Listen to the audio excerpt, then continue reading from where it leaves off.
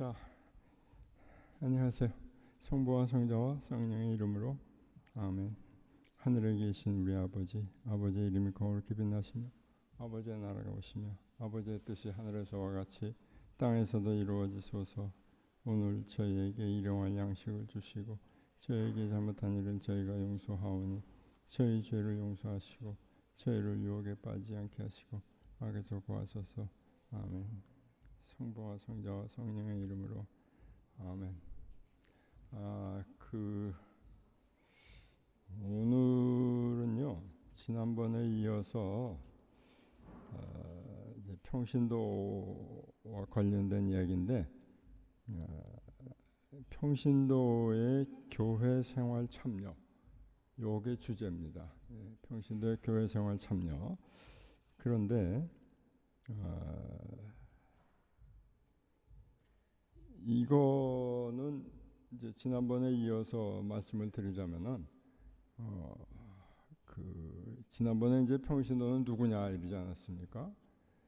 그러니까 평신도를 긍정적으로 정의해야 된다 하면서 제일 끝에 가서 말씀드린 거는 평신도가 성화, 자기를 성화하는 그러한 이제 터전은 그것은 교회 안에만 국한된 것이 아니고 교회 밖에서의 생활, 다시 말씀드리면은 세속에서의 생활, 이거를 통해서 말하자면 본격적으로 자기 성화가 이루어진다. 다시 말씀드리면은 평신도가 자신을 구원하기 위해서 살아가야 되는 그 주 터전이 세상이다. 이제 그런데 그러면은 교회 안에서 생활하는 거하고 교회 밖에서 생활하는 거 이렇게 둘로 평신도에 말하자면 교회 생활을 나눠서 봐야 되는데 그 둘이 연관이 없는 게 아니라 연관이 돼 있다. 결국은 무슨 말씀이냐면은 결국 그 친교, 교회는 친교다. 나는 포도나무고 너희는 가지다. 가지가 나무에 붙어 있으면 많은 열매를 맺는다. 가지가 이렇게 나무에 붙어 있는 끈은 이거는 성령의 끈이다 이거죠.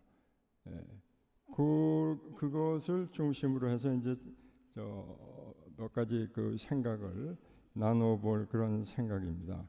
그래서 먼저 이제 말씀드릴 것이 교회는 뭐냐?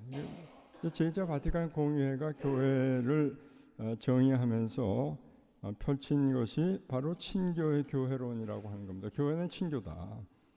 그래서 친교는 성령 안에서 예수 그리스도를 통해서 하느님과 이루는 일치를 뜻한다.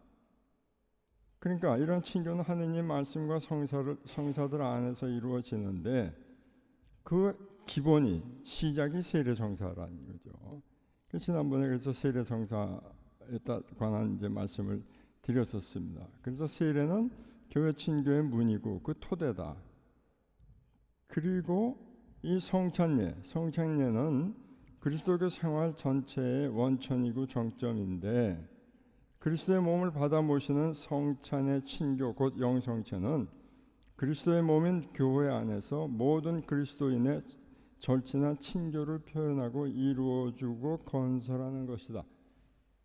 그러니까 이 성찬례를 통해서 주님과 일치하는데 그 주님이 포도나무 아니에요. 나무에 다 가지들 아닙니까? 그러면 한 포도나무에 연결되어 있는 가지들은 따라서 서로가 연결되어 있는 거다 이런 얘기죠. 이 얘기가 이제 자주 나옵니다. 이렇게 연결되어 있는 것이요. 그리고 또 한 가지는 여기 친교의 교회론이라고 할 적에 또 한 가지는 우리가 모든 성인들의 통공 많이 들어보신 거 아닙니까? 모든 성인들의 통공, 그러니까 이 세상 신자들 저 세상 신자들도 연결되어 있다는 거죠. 그래서 친교의 교회는 뭐 새로운 백성이고 메시아적인 백성이다 하는 거는 뭐 더 말할 필요도 없고요. 그래서 아까 말씀드린 대로 우리를 한 포도나무에 붙어 있는 가지들을 서로 연결해 주는 것은 성령의 끈이라고 이미 이제 말씀을 드렸거든요. 그런데 제2차 바티칸 공의회가 이렇게 평신도의 역할을 또 평신도의 존엄성을 강조하고 이렇게 하다 보니까 평신도가 교회 생활에 참여하는 것이 아주 커졌어요. 아주 활발하게 참여를 하게 됐는데 그걸 그렇게 내부를 들여다보면은 이게 전부 다 평신도들이 교회 안에 들어와서 생활하려고 하는 거예요. 그러니까 교회라는 울타리 안으로 들어오는 거. 그래서 그 교회 안에서 울타리 안에서의 교회 생활 이것이 아주 활발하게 성장을 해온 거죠. 전에 말씀드리지 않았습니까? 전례의 능동적 참여. 그래서 제2차 바티칸 공의회 진행 과정에 이미 제가 알기로는 이 전례 헌장이 제일 먼저 통과됐어요. 제일 먼저 이제 반포가 됐다고요. 교황님이 사인하시고 바오로 6세 교황님이 그 내용 중에 하나가 그 지역의 주교님들이 판단에 따라서 전례에서 사용하는 말은 그 모국어를 사용할 수도 있다. 이제 이렇게 돼서 우리나라에서도 이제 모국어를 사용하게 된 거죠. 그 전까지는 라틴 말을 쓰던 거를. 그래서 그러다 보니까 이제 전례의 의미를 그냥 말만 알아듣는 게 아니라 전례의 의미를 더 잘 깨닫고 능동적으로 참여할 수 있게 됐는데 교회 필요에 따라서 사목자들의 판단에 따라서 교구장님 또는 본당 신부님 판단에 따라서 그건 물론 본당 신부님은 교구장님하고 친교를 이룬 가운데 결정하는 거죠. 그 판단에 따라서 사목자에게 위임을 받아가지고서 성직자가 그때까지 하던 일 중에서 성품성사에서 나오지 않는, 그러니까 신품성사하고 관계가 꼭 거기에서 이제 꼭 직접적으로 관련 지어지지 않는 그러한 임무와 역할을 수행을 할 수 있게 된 겁니다. 그래서 이제 말씀의 교육, 세례 수요, 성체 분배. 근데 보통 이제 우리 교구 같은 데서는 이게 그렇게 성체 분배까지죠. 그러나 공소 같은 데 가면 이제 말씀의 교육이다 또는 필요에 따라서는요. 세례 성사도 이제 세례도 줄 수가 있는 거예요. 근데 그거는 신부님이 아까 말씀드린 이거 전부 다 이게 본당 신부님의 그 위임에 따라서 하는 거예요. 그리고 본당 사목협의회 또는 신신단체 이런데 얼마나 많이 참여들을 하고 있습니까? 지금 본당에 우리 교구의 본당에 아마 사목협의회 없는 본당이 없을 거예요. 그렇게 되어 있습니다. 그러니까 이게 어떤 문제를 가져오느냐, 아주 바람직한 현상이긴 하지만 어떤 문제를 가져오냐 하면은 평신도들이 나 성체 분배도 하고 이런 역할을 다 하니까 자기가 성직자가 된 줄로 아는 거죠. 그걸 이제 그냥 성직자화 그러기도 하지만은 그건 조금 과한 표현이고 저는 그래서 절반 반자 붙여서 절반쯤 성직자화 된 걸로 알고 있단 말이에요. 근데 그게 아니란 말이죠. 근데 그런 문제점이 이제 드러나는 거예요. 그러니까 우리 이런 무슨 성체 분배하고 또 사목협에 참여하고 등등 이런 모든 활동을 한다고 그래서 평신도가 성직자 되는 건 아니란 말이죠. 그런 문제가 이제 생긴 거예요. 말하자면은 그 예수님의 거룩한 변모 타볼산에서 그때 그 베드로가 뭐라고 그럽니까? 이게 좋다고요. 주님 여기 장막을 3개 지어서 하나는 엘리야께 드리고 하나는 모세께 드리고 이래서 여기 있으니까 참 좋기도 좋으시고. 그런데 주님의 뜻은 그게 아니잖아요. 세상에 내려가신다고요. 그러니까 마치 그런 사도들 그때 베드로는 자기가 무슨 말을 하는지도 몰랐다는 거죠. 아무튼 그런데 제가 시작하면서 말씀드렸습니다만은 결국은 평신도의 본령은 근데 교회라는 울타리 안에 사는 그 생활을 떠나서 그냥 별개로 되는 건 아니에요. 세상 아니다 이거죠. 그러니까 교회라는 울타리 밖에, 교회 밖의 세상, 그 교회 밖의 세상으로 마치 주님께서 타볼산에서 내려오시듯이 우리를 파견하시는 거라는 거죠. 지난번에 말씀드린 대로 당신들은 왜 여기 하루 종일 빈둥거리고 서 있기만 하냐? 누가 일을 시켜야죠. 우리 품을 사가야지 뭐 저도 할 거 아닙니까? 가라, 너희도. 그 포도밭이 세상 아니에요. 포도원으로 가라 이거죠. 그래서 세상에 나가서 열매를 맺도록 내가 너희를 세웠는데 교회 안에 울타리 안에만 있으면은 이거 어떻게 하자는 거냐 이거예요. 그래서 결국은 세상에 나가서 뭘 합니까? 복음 선교죠. 제일 먼저 우리 시작부터 끝까지 전부 복음 선교인 거예요. 그래서 복음 선교 다시 보면은 교회가 현대 세계 모든 개인, 온 인류에게 해줄 수 있는 첫째 가는 봉사가 바로 복음 선교예요. 왜 그렇습니까? 영원한 생명에 이르는 길로 인도하는 거 아니에요? 그래서 세상의 모든 것을 다 얻을지라도 내 목숨을 잃으면 그게 무슨 소용이냐? 그런 말씀이 있듯이 그 구원의 길로 이르게 하는 것보다 더 큰 선물이 어디 있어요? 더 큰 봉사가 어디 있습니까? 근데 그걸 우리가 나가서 해야 되는 겁니다. 평신도들이 생활 현장에 나가서 그거를 해야 된다 이거예요. 근데 이거 보면요, 신앙은 남에게 전해줄 적에 내 신앙이 더 커진다 이거예요. 내가 뭘 뺏기는 게 아니야. 주면 줄수록 더 커져요.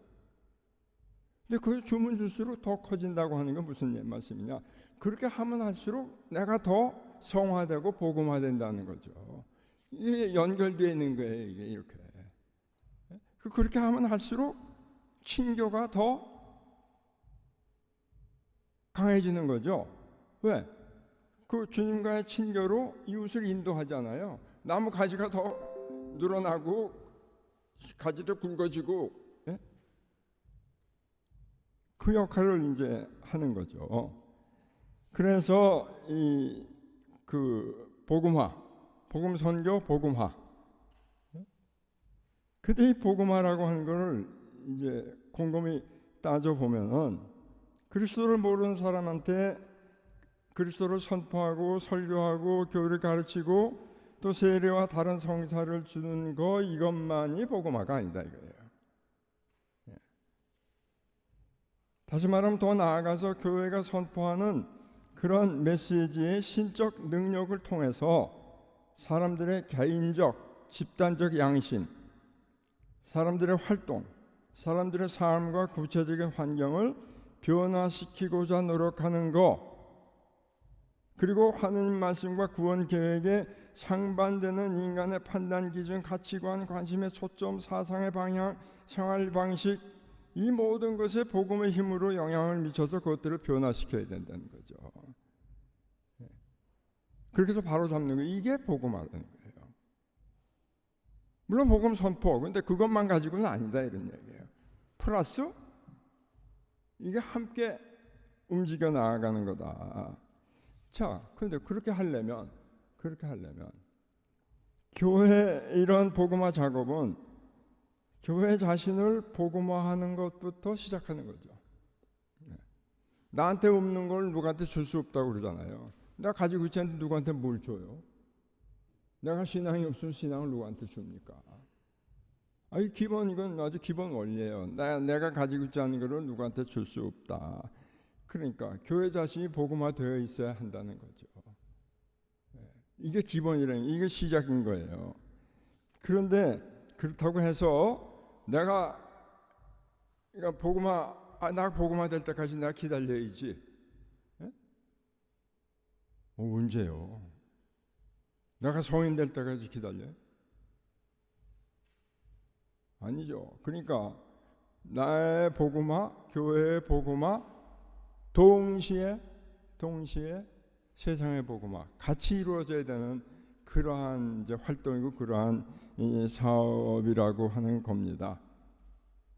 이제 그런데 우리가 여기서 이제 곰곰이 잘 생각해야 될 거는, 그러니까 교회가 복음화되어 있어야 한다고 하는 거는, 다시 말씀드려서 그 인간 사회를 그리스도화하려면은 교회 구조 자체를 먼저 개선해서 그리스도화해야 한다. 물론 그런데 아까 말씀드린 대로 그거 끝나고 다 완결된 다음에 세상의 구조의 개혁, 이건 아닌 거예요. 같이 가는 겁니다. 같이. 예. 그래서 복음화돼서 그 다음에 뭐 하는 게 아니라 복음화되고 동시에 세상을 복음화하는 겁니다. 이게 선후 관계로 생각하면 이건 안 되는 거예요. 동시에 진행하는 관계고 동시에 서로 간에 영향을 미치는 관계가 되죠. 예. 아니 세상에 뭐 여러분, 예? 생각해 보세요. 수영하려면 물에 빠져 허부적거리면서 물을 엄청 마셔야지 수영을 배우잖아요. 수영 배우려면. 예? 나 수영 다 배운 다음에 물속에 들어가? 아이고 모르겠어요. 예.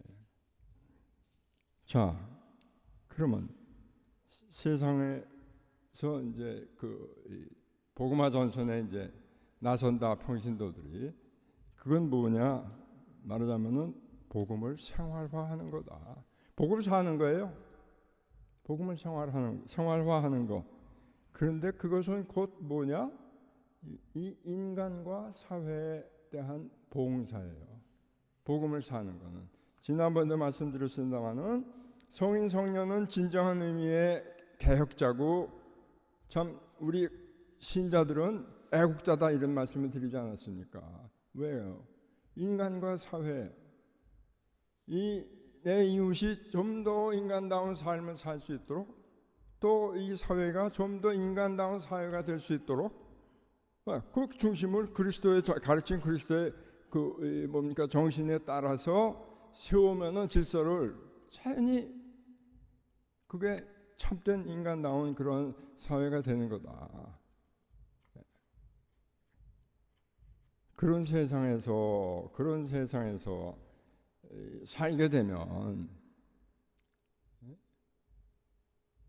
설령 당장은 신자가 아니더라도 결국은 그들이 다 그리스도를 받아들이게 된다는 거죠.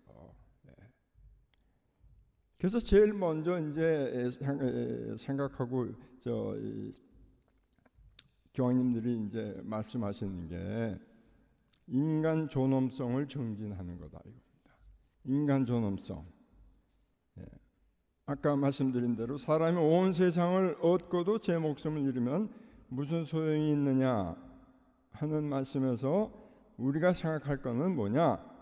인간의 가치는 무엇을 가지고 있느냐 하는 것에 따라서 결정되는 게 아니다 이거죠. 아니 소유를 세상을 다 얻으면 뭘 해요? 내가 목숨을 제대로 건지지 못하면. 그러니까 이런 소유가 아니라 인간이 무엇이냐 하는 존재, 인간의 됨됨이, 어떤 인간이냐 하는 거죠. 그것에서 인간의 가치가 나온다고 하는 거. 이거를 먼저 우리가 생각을 하면서 좀 생각해보면 여러분 많이 들으셨잖아요. 인간은 하느님의 모상이다. 얼마나 참 품이 있는 존재입니까? 그래서 하느님의 모상으로 창조되고 그 다음에 이 인간을 그리스도의 고귀한 피로 이제 구원을 하셨고, 그렇게 해서 그 성자 안에서 자녀가 된다. 네. 그리고 성령의 살아있는 궁전이 되도록 이렇게 부름을 받은 인간이에요. 그래서 하느님과 더불어서 지복의 친교를 이루는 영원한 생명을 누리도록 운명 지어져 있는 게 인간이다 이거죠. 하느님께서 인간을 구원하시기 위해서 하느님의 아드님이 인간이 되도록 하셨잖아요. 그만큼 인간이라고 하는 존재는 존엄하고 귀중한 그러한 존재라는 겁니다. 그래서 인간의 존엄성에 대한 이런 침해는 그 인간을 창조하신 창조주께 대한 범죄인 거예요.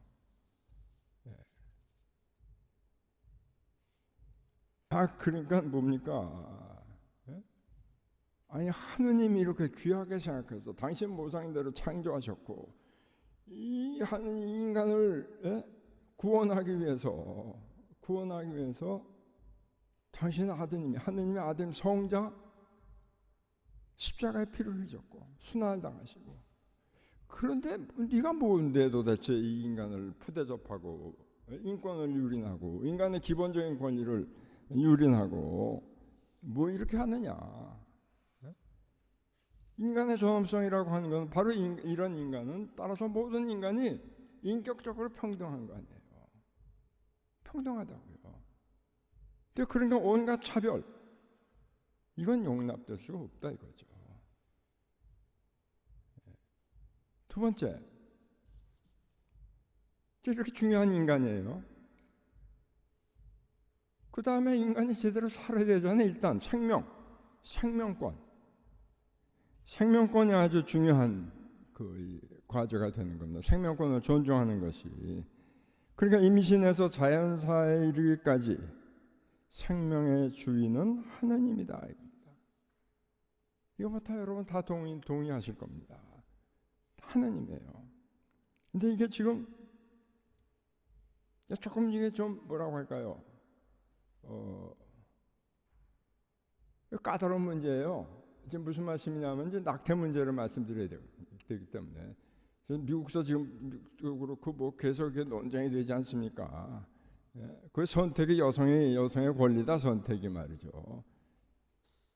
이거 참 그래요. 미국의 가톨릭 신자 중에 이런 생각하는 사람이 적지 않은 걸로 알고 있어요. 지난번에 말씀드렸습니다만은, 그러니까 교회의 가르침 중에 마음에 드는 것만 고르는 거예요.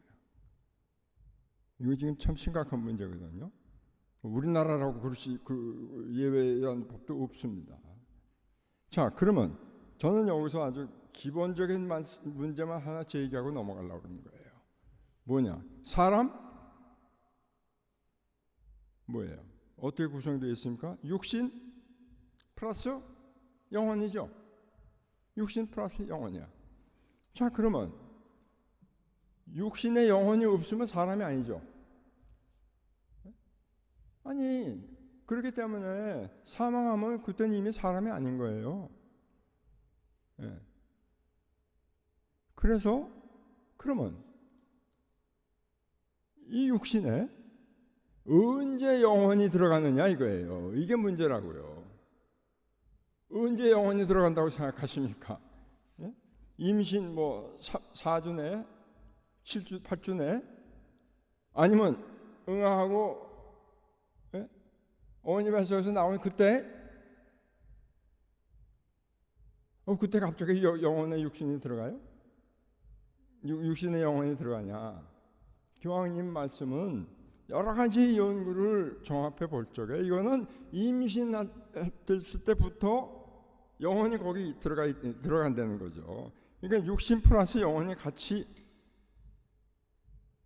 형성된다, 들어가 있다, 이제 그런 거예요. 그럼 그때부터 사람이란 얘기예요. 그때부터. 그럼 대답은 뻔한 거 아니에요.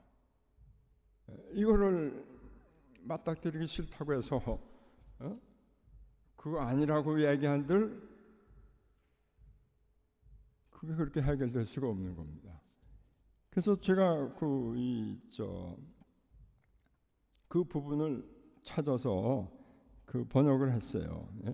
그 뭡니까, 이제 조금 우리 주교회에서 나온 번역이랑 말마디가 조금 다를 수 있습니다. 근데 그거는 맥락에 맞춰서 더 우리가 알아듣기 쉽게 하려고 제가 조금 고쳐놓은 거죠. 너무 어려운 표현을 하면 어렵게 이제 이어가면은 이게 무슨 말인가 하고 한참 생각해야 되니까요. 예? 자, 그 다음에 이제 종교의 자유 문제인 거예요. 종교의 자유. 이거는 단지 이건 신앙 문제에 대해서 우리가 신앙의 자유를 주시오 이 차원의 문제만이 아니라는 거예요. 이거는 뭐예요? 종교의 자유라고 하는 것은 하느님의 이름을 부르고 공개적으로, 예?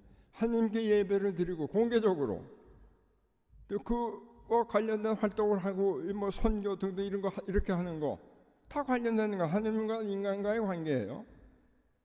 근데 아까 우리가 봤습니다만 하느님과 인간을 띄워놓고 생각할 수 있습니까? 자, 올바른 인간의 관계라고 하면은 창조도 하느님과 나와의 관계인데 누가 나서서 이걸 갖다 중간에 들어서가지고 너 그거 안 돼 할 수가 있어요. 참다운 인간, 올바른 인간 관계라고 하는 것은 바로 하느님과의 관계. 이게 이제 본질적인 그러한 구성 요소가 된다는 거죠. 바로 하느님 안에서 우리는 살고 움직이며 존재한다. 저는 그래서 이 종교의 자유 문제만 나오면은 북한을 생각해요. 아이고 중국만 해도 많이 엄청난 제한이 있지만 그래도 북한보다 훨씬 낫다고요. 북한을 생각하면은 이거 언제 참 우리 민족의 이 시련을 하느님께서 끝내주실까? 이게 이 자리에서 제가 드릴 말씀인지 모르겠습니다만 다른 한편으로 생각하면은 우리 저 그런 얘기 저기 해요. 외국 가서는 얘기합니다. 무슨 말씀이냐 하면은 한국 교회가 이렇게 남다른 성장을 보이고 있는 거는 북쪽의 형제 자매들이 순환을 당하고 고통을 당하고 그 덕분이다. 어떻게 보면은 그래서 더더욱 그 형제 자매들을 생각하지 않을 수가 없다. 이제 그런 말씀을 이제 드리고 싶고 이제 그렇게 드려왔는데요. 그게 이거 참 뭐라고 할까요? 그렇다고 이게 그렇게 계속적으로 그런 상황이 전개되리라 벌어지리라고는 생각하지 않아요. 언젠가 하느님께서 이제 끝을 내주시겠지만 그렇다고 하느님이 끝을 내주실 또 이를 기다리고만 있을 수는 없지 않느냐 그런 이제 생각을 하죠. 그래서 우리 교구에서는 민족화해위원회라고 하는 그 위원회가 있어서 거기에서 기도 운동을 열심히 합니다. 물질적인 도움도 주려고 하는데 거기서 싫다고 그러니까 줄 수가 없잖아요. 현재 상황에서는 정치적인 문제가 있어. 지금 모르겠어요. 이제 이 새 정부 들어서서 이제 또 남북 관계가 어떻게 될지 거기에 따라서 많이 좌우가 되겠습니다만은 우리로서는 현재로서 가장 강력한 무기는 기도예요. 그 북한에 있는 본당들을 매주 화요일 날 명동성당 미사에서 우리 주보에 나오지 않습니까? 그 본당들을 기억하면서 미사를 드리고 기도하고 또 매일 저녁 9시인가 묵주기도를 바치고 그러한 기도 그뿐만이 아니라 재작년이죠 벌써 염추경님은 이제 북한 교회를 파티마의 성모님께 이제 봉헌하시고 공식적으로요 교구장으로서 그러한 참 애타는 그러한 그 심정으로 성모님께 매달리는 이제 그거죠. 그렇습니다. 그래서 종교의 자유라고 하는 거는. 근데 이거는요 우리가 종교의 자유 그러면은 우리 가톨릭 신자들의 가톨릭 교회의 종교의 자유만을 얘기하는 게 아니에요. 절대로 아닙니다. 그거는.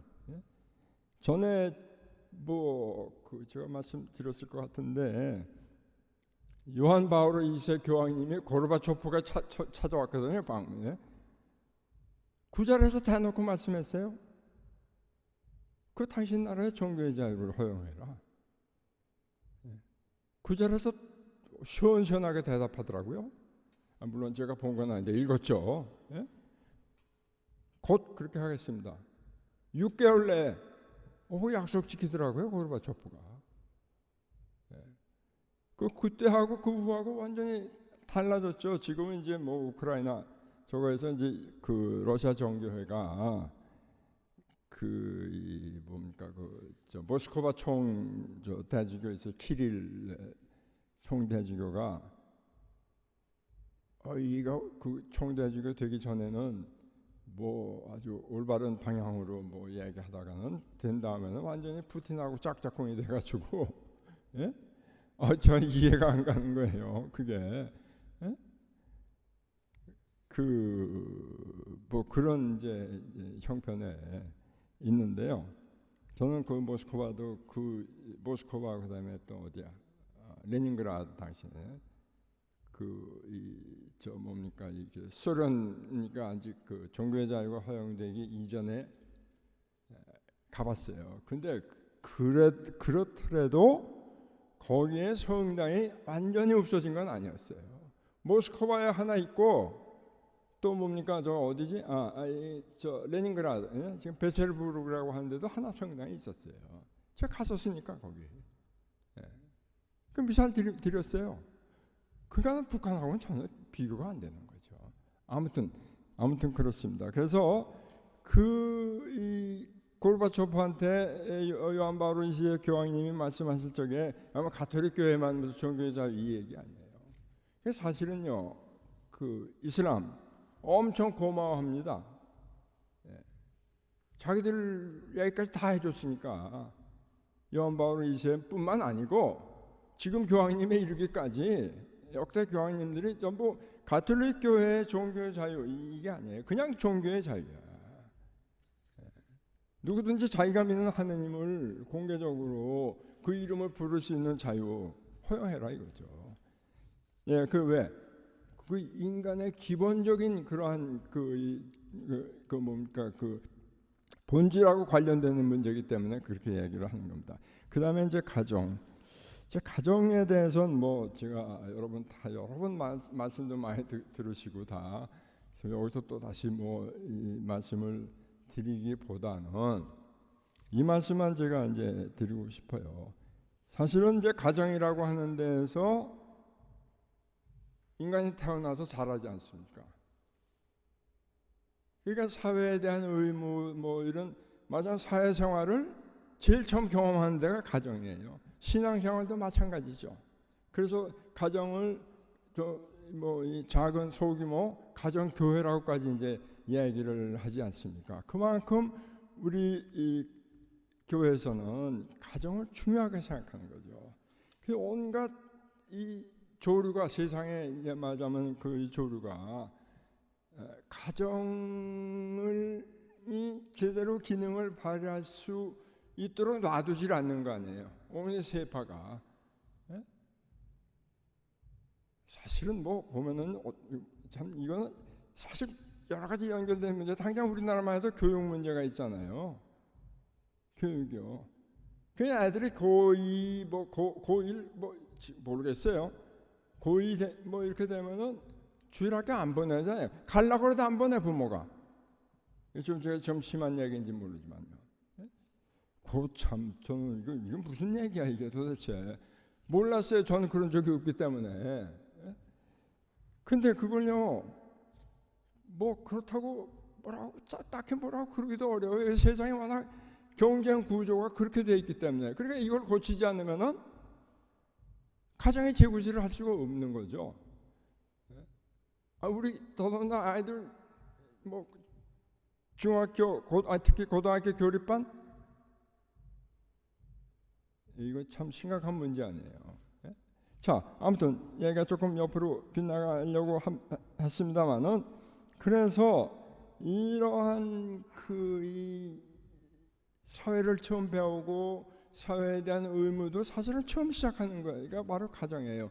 가정이 성립되려면은 혼인, 결혼이 있어야 되잖아요. 결혼, 가정. 그러니까 상당히 중요한 문제죠. 여기에서 제가 드리고 싶은 말씀은 이게 가정이 모범된 신앙생활을 하는 가정, 그러면은 말을 하지 않아도 이웃에게 주는 선교 효과가 그리스도를 증언하는 거 아니에요? 그 자체가요. 그렇지 않아도 뭡니까? 우리나라에서는 아마 그런 일이 별로 전 듣지 못했는데 모르겠습니다. 그거는 나중에 혹시 신부님들한테 여쭤봐야 되겠는데, 서양 가면은 결혼 안 한 채로 같이 사는 거냐 수두룩하잖아요. 동거야 동거. 그러면 2, 3년 좀 실험해보고 또 결혼한다네. 예? 이걸 어떻게 하자는 거예요? 이거 지금 교회에서도요. 이거를 그런 거 등등. 그런데 이런 세파에 대해서 모범된 신자 가정이 정말로 이루어서 살만한 것이다라는 것을 이웃에게 보여줄 수 있다. 그것도 훌륭한, 말하자면은 복음 선교 행위가 된다. 이제 그런 거죠. 그래서 아무튼 요한 바울 2세 교황님의 경우는 아예 교황청에 가정 평회를 뒀어요. 근데 이제 지금 교황님이 여러 평회가 많으니까 이 가정 평회 무슨 이런 것들을 하나로 통합했습니다. 그래도 가정 부분 이제 부서들이 다 따로 있죠. 그 다음에 가정 권리 선언, 이것도 교황청에서 벌써 83년에 그거 만든 거는. 그래서 그거 혹시 인터넷 들어가 보시면은, 제가 시간이 있으면 그걸 좀 이렇게 길지 않으니까 대충 요약이라도 할까 했었는데, 그게 좀 너무 시간이 좀 뭐라고 할까요? 좀 부족해서 그걸 못했어요. 제가 오늘 여기서 제가 지금 잊어버릴까봐 이제 1987년 주교 시노드 일하다 이래가지고 김남수 주교 발언 이렇게 말씀을 했는데, 87년은 이제 평신도를 주제로 한 그러한 주교 시노드였거든요. 그래서 저도 이제 참석을 했었다고 말씀드렸었는데, 그때 이제 한국서 이제 주교 대의원으로, 그러니까 시노드 교부로 참석한 분이 이제 지금은 이제 돌아가셨지만, 주교회의 당시 아마 주교회의 의장이셨어요. 수원교구의 김남수 주교님 계십니다. 이분이 이제 발언을 하는 거예요. 교황님 앉아 계시고 이제 그냥 엄숙한 자리죠. 발언을 하시는데, 이분이 이 김 주교님이 라틴 말을 썩 잘하세요. 240명 되는 추기경 대주교 주교 각국의 교회를 대표하고 교황청 부서를 대표해서 온 분들이 있는데, 제 기억으로는 라틴 말로 발언한 분은 2분인가 3분밖에 안 돼요. 그 중에 한 분이 김남수 주교님이에요. 근데요, 그냥 라틴 말로 하는 게 아닙니다. 물론 그냥 라틴 말이죠. 예? 제가 그래서 그 라틴 말로 그분이 하신 말씀을 제가 이제 약간 추려서 말씀드리려고 그래요. 이 주교님들이 1년에 한 번 당신 교구에서 이제 해외 교포 사목으로 파견한 신부님들이 있잖아요. 가보신다고 이렇게 방문하시는 거예요. 미국을 가셨대. 수원교구 이제에서 파견된 신부님이 있는 미국 본당에 한인 본당에 가셨대요. 가가지고 뭐라고 그러셨냐 하면, 아니 자매님들 가정이죠, 부부들이죠. 애들 좀 많이 낳으십시오. 아니 다른 사람들이 지금 애들을 별로 낳지도 않고 이런 상황인데, 지금 성찬예에 참여해서 그리스도와 일치를 이루는, 그러니까 성찬예 말하자면 제사 아니에요. 그 제사로 나를 바치는 그런 의미로 애를 좀 많이 낳으십시오. 다른 사람 안 낳는데 우리 가톨릭 신자들이 낳으면은 점점 더 이게 신자 수가 늘어날 거 아니냐. 다른 사람 만날수록 우리 계속 나가면 훨씬 자동적으로 복음화가 되는 거 아니냐. 이러셨다는 거예요. 그래서 이제 그 다음에 또 간 거야. 같은 본당에. 또 갔더니 미사를 드리는데 자매님들이 안 나왔어요. 자매들이 안 보인 거예요. 그래서 참 속으로 캥기는 게 있어가지고 미사 끝난 다음에 물어봤대요. 아니 오늘 어떻게 왜 자매님들이 안 보이냐? 아니 작년에 주교님 다녀가신 다음에 전부 회임을 해서 자매들이 나올 수가 없었습니다 이러더래요. 그때 얼마나 그랬더니 박장대소죠. 이제 시노도 그 큰 회장이 교황님 요한 바오로 2세부터 시작해서 그냥 무서워가지고 박장대소예요. 근데 그때 요전에 제가 말씀드렸을 텐데 그 시노도는 교황님이요 가운데 앉아서 앉아만 계세요. 그리고 시작할 때 끝날 때 한 말씀 이렇게 쪼크도 하시고 뭐 농담도 하시고 뭐 하세요. 그때 그 농담이 그냥 농담이 아니에요. 그날 회의와 관련된 농담이에요. 그런데 옆에 이제 이렇게 추경들이 3명이 이렇게 쪼르르 앉아 있어요. 그 뭐 하냐 하면은 한 사람씩 오전 오후 하는데 이제 사회를 보는 거야. 교황님 대신 사회 봐요. 그 뭐야? 오늘 아침 봤으면은 이제 오늘 저녁 아니고 그다음에 내일 오후쯤 이렇게 또 하게 되는 거죠. 근데 그때 마침 그때 그 사회자가 누구였냐면은 아르헨티나의 피로니오 주기경님이라고 지금 교황님이 엄청 존경하는 분이에요. 같은 아르헨티나 분인데 같은 이태리 이민 자손이고 이분이요 뭐라 그러시냐 딱 그 라틴 말로 이제 이게 끝나니까 이분들 라틴 말로 뭐라 그러시냐 지금 김주교님 발언을 들으니까 제가 마음이 훨씬 위안을 받고 편합니다. 왜요? 저는 23남매 중 막내입니다 이거예요. 그게 또 박장대소가 된 거죠. 아니 23남매 막내라니 말이야. 그럼 딱 첫 번째 질문이 엄마가 같아? 엄마가 같아요. 같아요.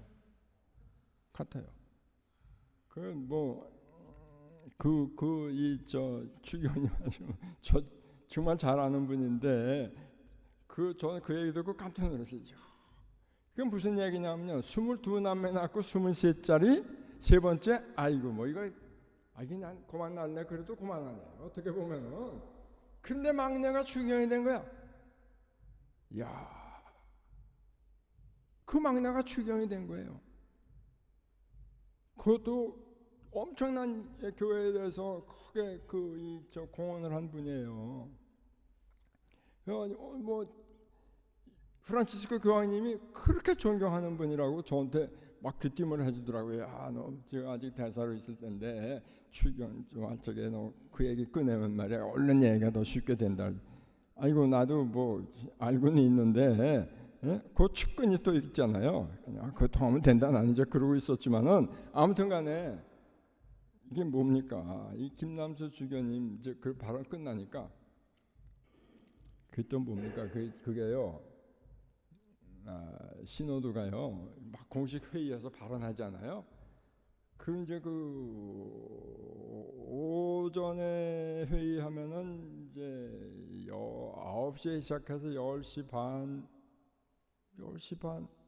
거예요. 아마 11시. 지금 기억이 얼른 안 나는데 그러고 나면 한 30분 이상 커피 브레이크가 있어요.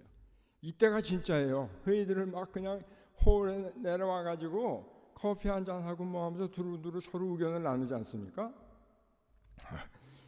제가 우연히 카나다 뭐 주교님들 뭐 몇 분이 또 미국 카나다 이제 우연히 이제 뭐 그걸 가려고 그래서가 아니라 이제 우연히 자리가 그렇게 됐어요. 그분들 말씀이 이야 아까 김주교님 같은 발언을 내가 했다가는 달걀에 뭐 도마대에 날라온다는 거예요. 우리 신자들한테서 저 대단히 참 용기 있는 분이다 이러더라고요.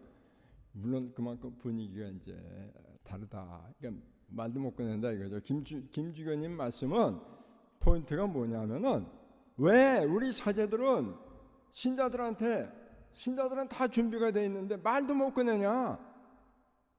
아이들 많이 낳아서 키우라는 왜 말도 못 꺼내냐? 이런 이게 그분의 이제 바른 요지예요, 사실은. 사실은 그 많이 저는 생각해볼 만한 그러한 부분이다 이런 생각을 했습니다. 자, 그냥 가정에 대해서 이제 그 정도 말씀드리고 그 다음에 이제 정치 생활. 이거는 뭐 굉장히 제가 간단히 말씀드릴게요. 사실은 정치만큼 중요한 게 없잖아요. 왜 그렇게 중요하냐? 보면은 나라의 여러 정책들을 정하는데 정치가 다 하는 거 아니에요. 뭐 법을 정하는데 국회에서 정하지 않습니까? 뭐 최근까지 우리나라 이러저러한 법들 전부 국회를 통해서 되는 거 아니에요. 그런데 이렇게 중요한 부분이 정치인데 천주교 신자들은 어떻게 생각을 하느냐 하면 야 이게 천주교 신자만 그렇게 생각한 게 아니죠. 야 이건 뭐 정치, 야 이건 부패, 무슨 뭐 모략, 뭐 부정. 이건 신자가 열심히 계명을 지키면서 살려면은 여기 들어갔다가는 난 괜히 그냥 오염돼 가지고 안 된다 이게. 그러니까 거기서 도피하는 게 내 구원을 위해서, 구령을 위해서 바람직한 거 아니냐. 그래서 또 기피하고 도피한다는 거죠. 정치 참여하는 거를. 그런데 우리 교황님들 생각은 다른 거예요. 아니 그렇게 해서 말하자면 이런 식인 거 아니에요. 우리는 가마귀 싸우는 거래. 백로야 가지 마라. 그러니까 백로가 안 가면 맨 그 판은 가마귀 판이야. 가마귀 싸우는 판이에요. 그러니까 백로가 한 마리 가고 두 마리 가고 뭐 하다 보면은 그래도 좀 백로에 가까운 판이 되지 않겠느냐. 이게 우리가 할 일이다 이거예요. 참여해라 이거죠.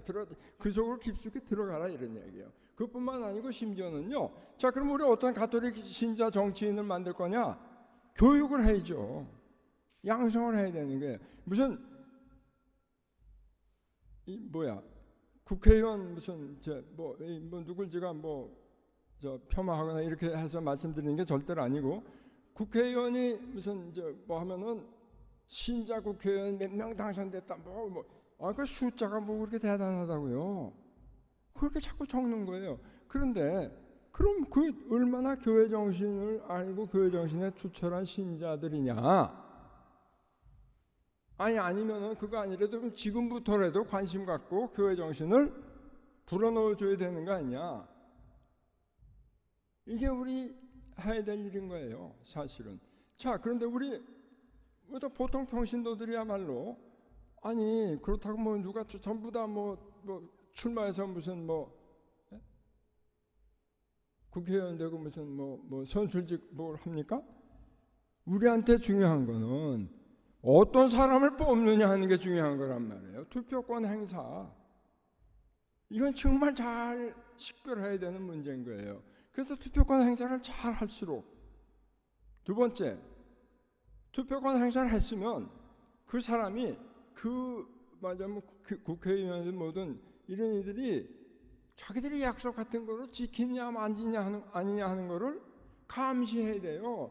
우리는 고3 애들 대학교 가고 나면 대학에서 무슨 공부를 어떻게 하는지 부모들이 아예 관심 꺼.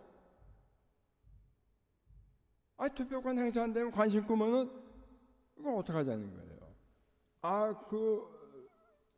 제가 유학 시절에 60년대 후반이에요. 이태리에 하숙을 했거든요. 거기서 제가 배운 게 많아요. 물론 다 여기서 다 배우는 거지만 하숙집 할머니 예를 들면요, 무슨 텔레비 방송에서 이게 지금 말이야 우리 윤리 어긋나는 그런 프로그램을 만들었다 하면은요, 당장 그 다음날 전화가 오는 거예요. 무슨 말이야, 이런 잡동사냐 쓰레기 같은 프로그램을 만들어서 이거 하냐, 너희들 뭐하는, 당신들 뭐하는 사람이요, 막 항의해요. 그런가 하면은 또 신자 정치인 중에 아주 모범된 분이 있었거든요. 수상이야, 수상.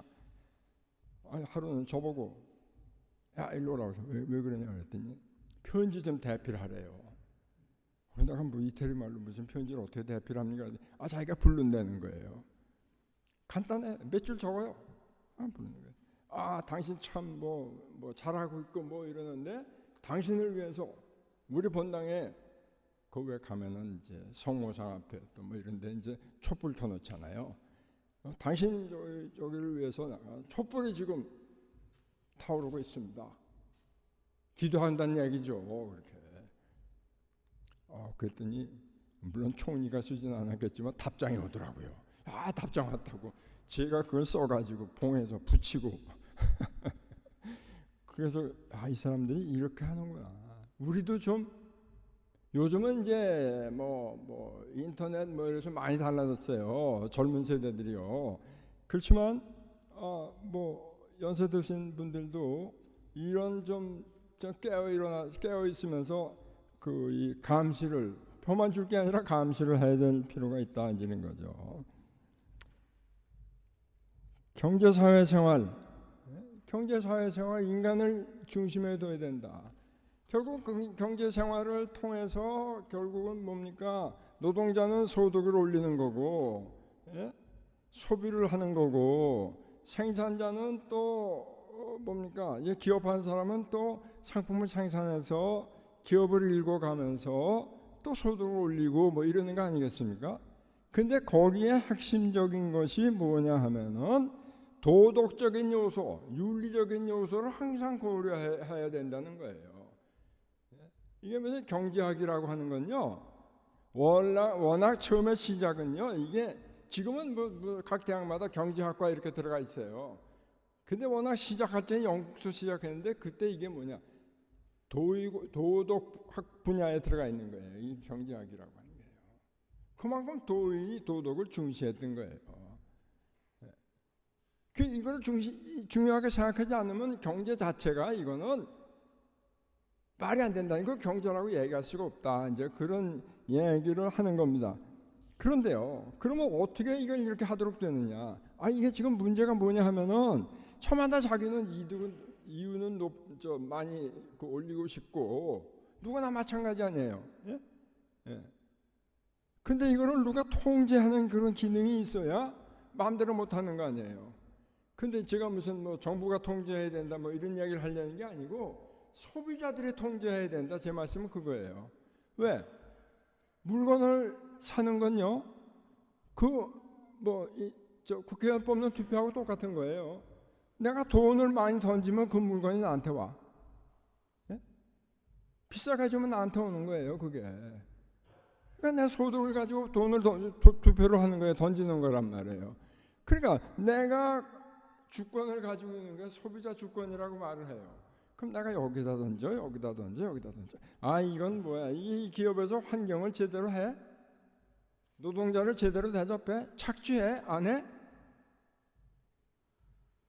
골라서 투표를 해가면은 이게 그냥 소비 행위, 구매를 한다는 거죠. 그러면 자연스럽게 바뀌게 된다는 거죠. 이거를 우리가 나서서 해야 된다. 저는 그렇게 생각하는 거예요. 그러기 위해서는 그 기준들을 여러 가지로 이제 객관적으로 공정한 자료를 가지고서 소비자들한테 알려주는 그런 기능들도 있어야겠죠. 누군가는 그런 것도 해야 되지 않겠습니까? 아무튼 제가 드리고 싶은 말씀은 이제 그런 거예요. 그러니까는 책임 있는 선택권 사용이라 이거죠.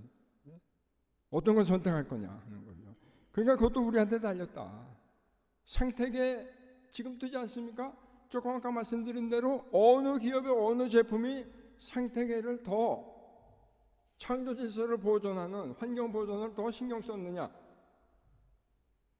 이게 같은 값이면 물론이지만 조금 비싸도 지금 뭐 왜 조금 비싸도 안 하려고 그래 다. 조금 손해가 조금 그렇더라도 이게 좀 이렇게 하면 안 될까? 하는 거죠. 그러기 위해서는 사실은 여러 제도도 바꿔야 돼요.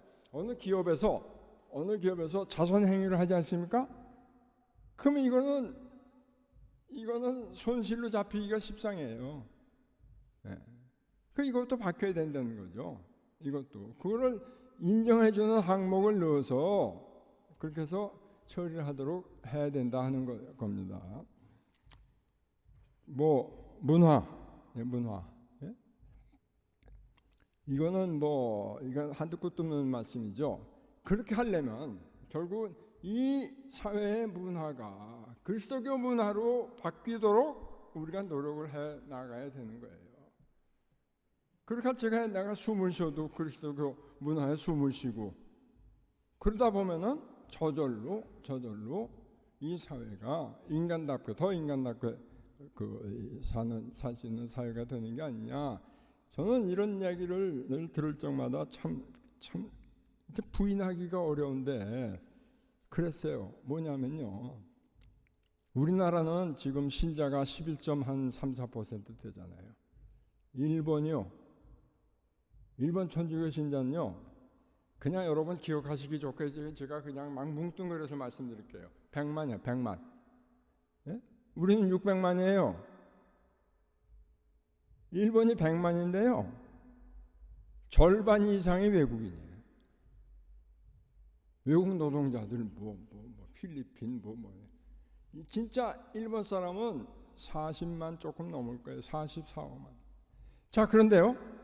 1600년에 일본 신자가 42만인가 그래요. 그러면 1601년인가 2년. 지금 몇 년 지났습니까? 그 대신 인구는 막 늘어나고요. 그렇죠? 그런데요. 일본 사람들의 특징 중에 하나가 거짓말 안 하고 정직하다는 거 아니에요. 그러니까 그 문화는 오히려 더 우리 그리스도교 문화에 가깝다. 어떤 주교님이 그랬어요. 무슨 모임 끝에 이제 이 커피 타임인가 그때 그러시더라고요. 전 누구라고 말씀을 안 드릴게요. 돌아갔어요. 그분도 일본 백화점 갔다가요. 무의식 중에 나온 말이 이거 진짜예요 그랬대요. 그랬더니 이 사람이 쳐다보는데 나 얼굴 빨개져서 혼났다고 그러시더라고요. 그런 질문도 있냐는 거예요. 당신 도대체 뭐 그런 질문을 하냐? 이게 진짜냐니? 그럼 가짜파냐 어디서 이런 거를.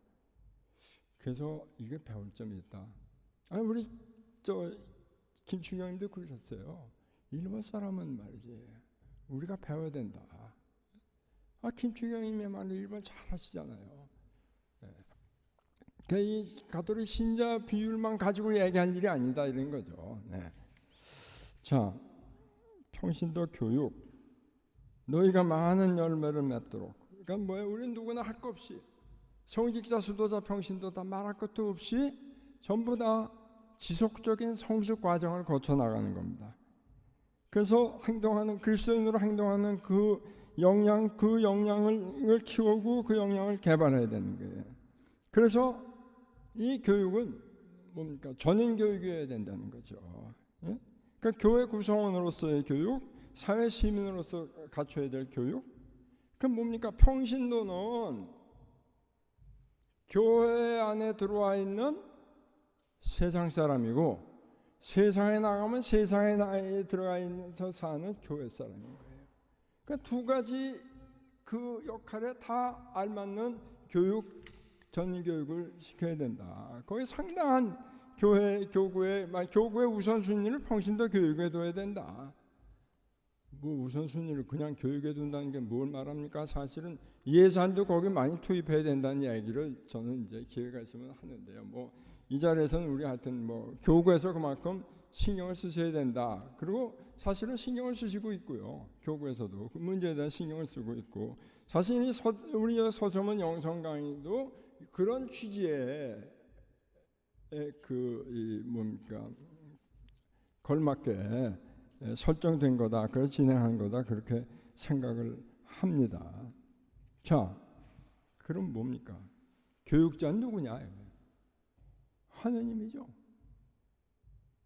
하느님이에요. 하느님이 교육자인 거야.